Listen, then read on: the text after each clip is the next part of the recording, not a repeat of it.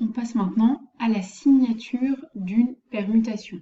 Cette fonction signature va nous servir énormément pour définir le déterminant. Alors, le théorème 5, dont la démonstration est hors programme, que je vous expliquerai quand même un peu, vous dit qu'il existe une unique application epsilon qui va de l'ensemble des permutations de 1n dans -1, telle que si sigma est une transposition, epsilon de sigma vaut -1, et epsilon d'une composée de deux permutations, c'est le produit des deux signatures. Faites attention, là le symbole qui manque c'est composé et le symbole qui manque ici c'est un produit. Cette fonction qui est unique est appelée signature et elle va nous servir à définir le déterminant. Alors la démonstration est non exigible, par contre vous devez absolument savoir déterminer la signature d'une permutation. Donc on commence par un exemple.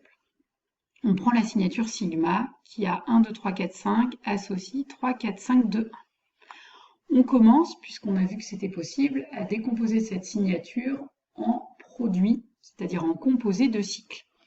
Donc on part de 1 est envoyé sur 3 est envoyé sur 5 est envoyé sur 1, donc on a le premier cycle 1, 3, 5.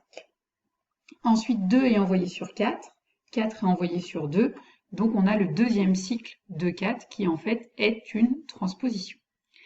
Ensuite, le cycle ici de 4, c'est déjà une transposition, donc on n'a pas besoin de le décomposer plus. Par contre, le cycle 1, 3, 5, on a vu qu'on pouvait l'écrire comme la composée de 1, 3 avec 3, 5.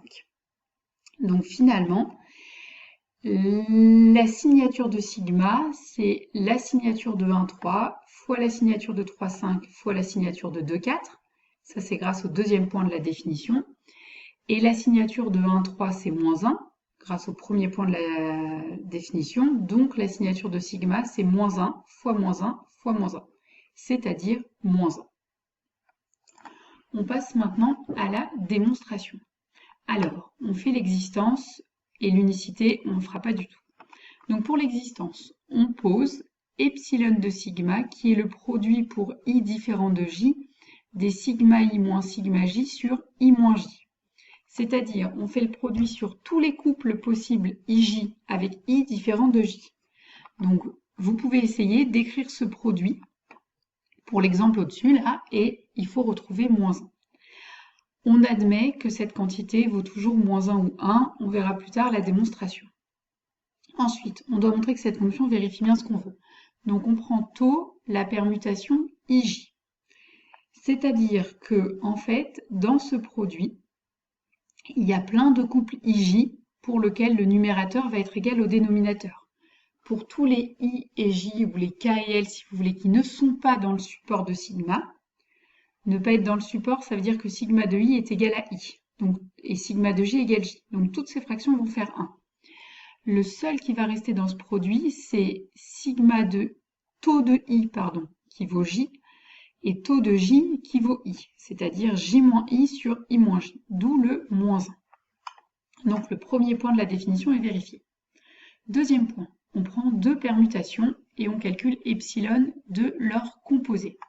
Donc on écrit ce que ça veut dire, c'est donc le produit pour tous les couples ij avec i différent de j, des sigma sigma prime de i moins sigma sigma prime de j sur i moins j, c'est-à-dire, donc là il manque un égal, sigma de sigma prime moins sigma de sigma prime de j.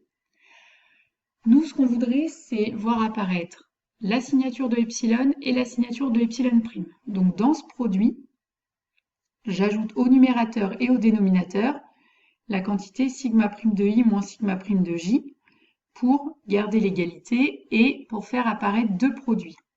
Pourquoi? Parce que là, dans le deuxième produit, qu'est-ce qu'il y a? Il y a directement la signature d'epsilon prime, donc ça c'est bon, c'est réglé. Et dans ce premier produit, puisque sigma prime est une bijection, compter 1, 2, i, j, n, ou compter sigma prime de 1, sigma prime de 2, sigma prime de i, sigma prime de j, sigma prime de n, c'est pareil. Puisque comme c'est une bijection, eh bien, dans l'ensemble sigma prime de 1, sigma prime de n, il y a toutes les valeurs 1n. Donc finalement, quitte à un changement d'indice, là, ce produit, c'est le même que celui-là. Et donc, on retrouve bien epsilon de sigma fois epsilon de sigma prime. Je vous rappelle, cette démonstration n'est pas exigible. Par contre, vous devez absolument savoir le faire sur un exemple.